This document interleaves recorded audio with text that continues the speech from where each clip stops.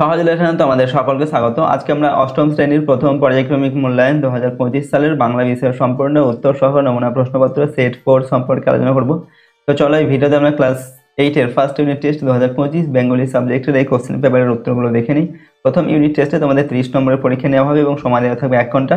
এই প্রশ্নদের পিডিএফ ফাইলগুলো আমাদের সহজ লেসন অ্যাপের মধ্যে দেওয়া আছে, অ্যাপের লিঙ্ক ডেসক্রিপশন বক্সে রয়েছে, সেখান থেকে তোমরা অ্যাপটিকে ডাউনলোড করে নিয়ে চাইলে প্রশ্ন এবং উত্তরের পিডিএফ ফাইল নিতে পারো। দেখো এই কোশ্চেন পেপারের 1 নম্বর দাগে বলা হচ্ছে নিচের বিকল্পগুলির মধ্যে ঠিক বিকল্পটি বেছে নাও। যে কোনো দুটি লিখতে হবে, প্রশ্নের মান 1 করে 1 × 2 = 2। একের দাগে মুরো সেনাপতি প্রার্থনা করেছিলেন খাদ্য, জল, আশ্রয় না জীবন। তো মুরো সেনাপতি প্রার্থনা করেছিলেন আশ্রয়। ওকে, অপশন গ এরটা। তো এখানে প্রথমে তোমাদের গদ্য থেকে কিন্তু প্রশ্ন দেওয়া হচ্ছে, এরপর দেওয়া থাকবে পদ্য থেকে। তো 1-2 নম্বর দাগে চিঠি পাঠ্যাংশে দ্বিতীয় চিঠিটি লেখা হয়েছিল ঈশ্বরচন্দ্র বিদ্যাসাগরকে, হেমচন্দ্র বন্দ্যোপাধ্যায়কে, রাজনারায়ণ বসুকে, গৌরদাস বসাককে। তো চিঠি পাঠ্যাংশে দ্বিতীয় চিঠিটি লেখা হয়েছিল, উত্তর লিখবে গৌরদাস বসাককে। 1-3 নম্বর চিঠি গল্পের 3টি চিঠি তর্জমা করেছেন সুশীল রায়, সুশীল বর্মন, সুশীল দাম, সুশীল ঘোষ। তো চিঠি গল্পের 3টি চিঠি তর্জমা করেছেন কে? সুশীল রায়। 1-4 নম্বর দাগে পিকনিকের ঝালঝাল টকটক বেড়ে আচারটা করেছিল হাবুলের পিসিমা, দিদিমা, মাসিমা না ঠাকুমা। তো পিকনিকের ঝালঝাল টকটক এই যে বেড়ে আচারটা করেছিল হাবুলের দিদিমা। 2 নম্বর দাগে খুব সংক্ষেপে নিচে যে কোনো দুটি প্রশ্নের উত্তর দাও, প্রশ্নের মান 1 নম্বর করে 1 × 2 = 2। 2-1 দাগে আরব সেনাপতির মুখ বিবর্ণ হয়ে গেল কেন? তো আরব সেনাপতি মুরো সেনাপতির সঙ্গে বার্তালাপের সময় জানতে পারে মুরো সেনাপতি তার পিতার হত্যাকারী, তাই আরব সেনাপতির মুখ বিবর্ণ হয়ে গিয়েছিল। এরপর 2 নম্বর খুশ হাল খাঁ খট্টক কে ছিলেন? তো খুশ হাল খাঁ খট্টক পশতু ভাষার সর্বশ্রেষ্ঠ কবি ছিলেন। 2-3 নম্বর রাজার প্রতি রাজার আচরণ বক্তা কে? এখানে বক্তা হলেন রাজা পুরু। 2-4 নম্বর বনভোজনের জায়গা কোথায় ঠিক হয়েছিল? তো বনভোজনের জায়গা ঠিক হয়েছিল বাগুইহাটি ছাড়িয়ে আরও 4টে স্টেশন পরে ক্যাবলার মামার বাড়ির কাছে এক বাগান বাড়িতে। 3 নম্বর থেকে নিচে যে কোনো দুটি প্রশ্নের উত্তর নিজের ভাষায় লেখো, প্রশ্নের মান 2 করে। ওকে, 2 × 2 = 4 নম্বর দেওয়া আছে। 3-1 প্রশ্ন দেখো, তাহার দিকভ্রম জন্মিয়েছিল, এখানে কার কথা বলা হয়েছে? দিকভ্রম হওয়ার পরিণতি কি হলো? ঠিক আছে, প্রশ্নের মান হচ্ছে 1+1। এখানে উত্তর লিখবে। দেখো এখানে মুরো সেনাপতির কথা বলা হয়েছে, ঠিক আছে। দিকভ্রম হওয়ার ফলে কি হয়েছিল না, দিকভ্রম হওয়ার ফলে মুরো সেনাপতি নিজ পক্ষের শিবিরে পৌঁছানোর পরিবর্তে শত্রুপক্ষ আরব সেনাদের শিবিরে গিয়ে উপস্থিত হয়। 3-2 নম্বর আলেম শব্দের অর্থ কি? তো লেখককে কারা এক মস্ত আলেম ভেবেছিলেন? এখানে উত্তর লিখবে আলেম শব্দের অর্থ হলো সর্বজ্ঞ জ্ঞানী, অর্থাৎ যিনি সব কিছু জানেন।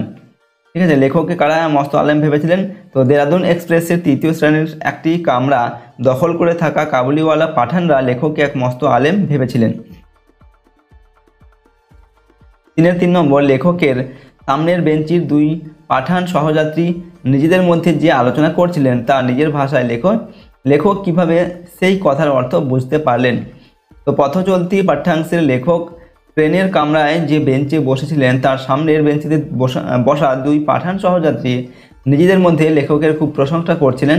লেখক অতি বুদ্ধিমান এবং জ্ঞানী ব্যক্তি, তিনি ইংরেজি ও ফার্সি ভাষায় পণ্ডিত। পাঠানদের বিভিন্ন খবরাখবর এমনকি তাদের খাস দেহাতি কথাও জানেন। তো এই কথাগুলো তারা আলোচনা করছিল। ঠিক আছে, লেখক কীভাবে এই কথার অর্থ বুঝতে পারলেন? উত্তর কি লিখবে না, 2 পাঠান সহযাত্রী পশতু ভাষায় কথা বলছিলেন। লেখক পশতু ভাষা জানতেন না, কিন্তু পশতু ভাষায় প্রচুর আরবি ফার্সি শব্দ ব্যবহৃত হয়। লেখক উর্দু ভাষা জানতেন বলে তাদের কথাবার্তার বিষয়বস্তু বুঝতে তার অসুবিধা হয়নি। 3-4 নম্বর দাগে চমকিত হলাম, কার কথায় বক্তা চমকিত হলেন তার চমকিত হওয়ার কারণ কি? তো দ্বিজেন্দ্রলাল রায়ের চন্দ্রগুপ্ত নাট্যাংশে বক্তা গ্রিক সম্রাট সেকেন্দার শাহ যুদ্ধে পরাজিত পুরুরাজের কথায় চমকে উঠেছিলেন বা চমকিত হয়েছিলেন। পরাজিত ও বন্দী পুরুরাজের কাছে সেকেন্দার শাহ জানতে চান তিনি তার কাছে কীরকম ব্যবহার আশা করেন। পুরুরাজ উত্তর দেন রাজার প্রতি রাজার আচরণ। সুদূর ম্যাসিডন থেকে বিনা বাধায় অর্ধেক এশিয়া জয় করে সেকেন্দার প্রথম বাধা পান শতদ্রু নদীর তীরে পুরুর কাছে। এমন ব্যক্তিত্বের মুখোমুখি তিনি আগে কখনো হননি। পুরুষ উত্তরে যে শৌর্য, সাহস ও আত্মসম্মান বোধ রয়েছে তাতেই তিনি চমকে উঠেছেন। পুরুর এই উত্তরে সেকেন্দার শাহ সমগ্র ভারতবাসীদের সম্বন্ধে শ্রদ্ধাশীল হয়ে উঠেছিলেন। ওকে, 4 নম্বর দাগে সঠিক উত্তরটি বেছে নিয়ে লেখো, যে কোনো দুটি। 1 × 2 = 2। তার 1 নম্বর দাগে পরবাসী কবিতায় কবি ময়ূরকে আনন্দে নেচে উঠতে দেখেছেন নদীর কিনারে, টিলার ওপরে, তাঁবুর পাশে, পলাশের ঝোপে। ঠিক আছে, তো এগুলো এবার তোমাদের কবিতা থেকে প্রশ্ন দেওয়া হচ্ছে। এখানে সঠিক উত্তর কী হবে? পরবাসী কবিতায় কবি ময়ূরকে আনন্দে নেচে উঠতে দেখেছেন। উত্তর লিখবে পলাশের ঝোপে। 4 2 নম্বর এ পাড়ায় ও পাড়ায় পালেদের ড্যাশ বাড়ি। এখানে শূন্যস্থানের সঠিক বিকল্পটি হচ্ছে কি? বসেদের, রায়দের, ঘোষেদের না দাসেদের? তো এ পাড়ায় ও পাড়ায় পালেদের বসেদের বাড়ি, এখানে হবে বসেদের। 4 3 নম্বর সবুজ জামা পরলে তোতাইয়ের ডালে এসে বসবে প্রজাপতি, মৌমাছি, বোলতা না পাখি? তো সবুজ জামা পরলে তোতাইয়ের ডালে এসে বসবে প্রজাপতি। 4 নম্বর সিন্ধু মুনি কার পুত্র ছিলেন? বিশ্বামিত্র মুনির, অন্ধ মুনির, কর্ণ মুনির, অত্রি মুনির? তো সিন্ধু মুনি কার পুত্র ছিলেন? উত্তর লিখবো অন্ধ মুনির। 5 নম্বর দেখে নিচের যে কোনো দুটি প্রশ্নের অতি সংক্ষেপ উত্তর দাও। 1 × 2 = 2। 5 1 নম্বর দেখে সেইটে সবার চেয়ে শ্রেয়, কোনটি সবার চেয়ে শ্রেয়? তো কবির মতে কারোর সঙ্গে বিবাদ না করে সমস্ত দুঃখ সহ্য করে টিকে থাকাকেই সবার শ্রেয় বলা হয়েছে। ঠিক আছে, এই 5 2 নম্বর এই সব আমারই হবে। এখানে চড়ুই পাখি কবিতায় চড়ুই পাখিটি কি তার হবে বলে ভাবে? দেখো উত্তর লিখবে কথকের ঘর, দরজা, জানলা, টেবিলের ফুলদানি, বই খাতা, অর্থাৎ ঘরের সব কিছুই চড়ুই পাখিটি তার হবে বলে ভাবে। 5 3 নম্বর দেখে ইচ্ছে হলেই চড়ুই পাখি কোথায় চলে যেতে পারে? তো ইচ্ছে হলে চড়ুই পাখি এ পাড়ায় ও পাড়ায় পালেদের বসেদের বাড়ি চলে যেতে পারে। 5 4 নম্বর হচ্ছে মান্ধাতার আমল থেকে মান্ধাতার আমল বলতে কি বোঝানো হয়েছে? তো মান্ধাতার আমল বলতে বোঝানো হয়েছে প্রাচীন কাল থেকে চলে আসছে এরকম। ঠিক আছে, প্রাচীন কাল থেকে চলে আসছে এরকম বোঝানো হয়েছে। 6 নম্বর দেখা হচ্ছে নিচে যে কোনো দুটি প্রশ্নের উত্তর নিজের ভাষায় লেখো। 2 × 2 = 4। তাহলে 1 নম্বর দেখা সবুজ জামা কবিতায় তোতাইয়ের সবুজ জামা চাওয়ার মাধ্যমে কবি কি বোঝাতে চাইছেন তা নিজের ভাষায় লেখো। উত্তর লিখবে দেখো সবুজ জামা কবিতায় তোতাইয়ের সবুজ জামা চাওয়ার মাধ্যমে কবি মানুষ ও প্রকৃতির অবিচ্ছেদ্য বন্ধনের কথাটি স্মরণ করিয়ে দিতে চেয়েছেন। তোতাইয়ের সবুজ জামা পরা অর্থাৎ সবুজ গাছ লাগানোর মাধ্যমে পৃথিবীকে আরও প্রাণবন্ত ও দূষণমুক্ত করতে চেয়েছেন কবি। প্রকৃতির সঙ্গে মানুষের সম্পর্ক যত নিবিড় ও প্রাণবন্ত হয়ে উঠবে পৃথিবী ও সেই সঙ্গে নতুন প্রজন্মের মানুষ তত সজীব, সরস ও দূষণমুক্তভাবে বেড়ে উঠবে। 6 2 নম্বর দেখে পরবাসী কবিতায় কোন দুটি নৃত্যের কথা বলা হয়েছে?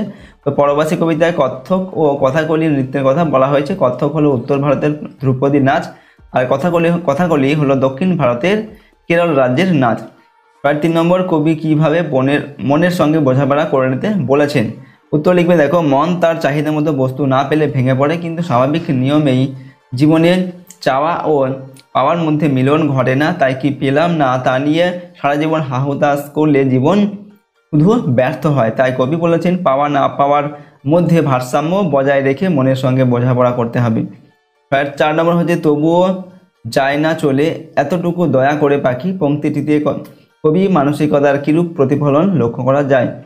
তো একটি চড়ুই পাখি কবিতায় চড়ুই পাখির রূপকে কবি মানব জীবনের চরম সত্যে প্রকাশ করেছেন। এই নশ্বর পৃথিবীতে সকলেই একা, নিঃসঙ্গ, কারোর প্রতি অন্যের কোনো দয়া নেই।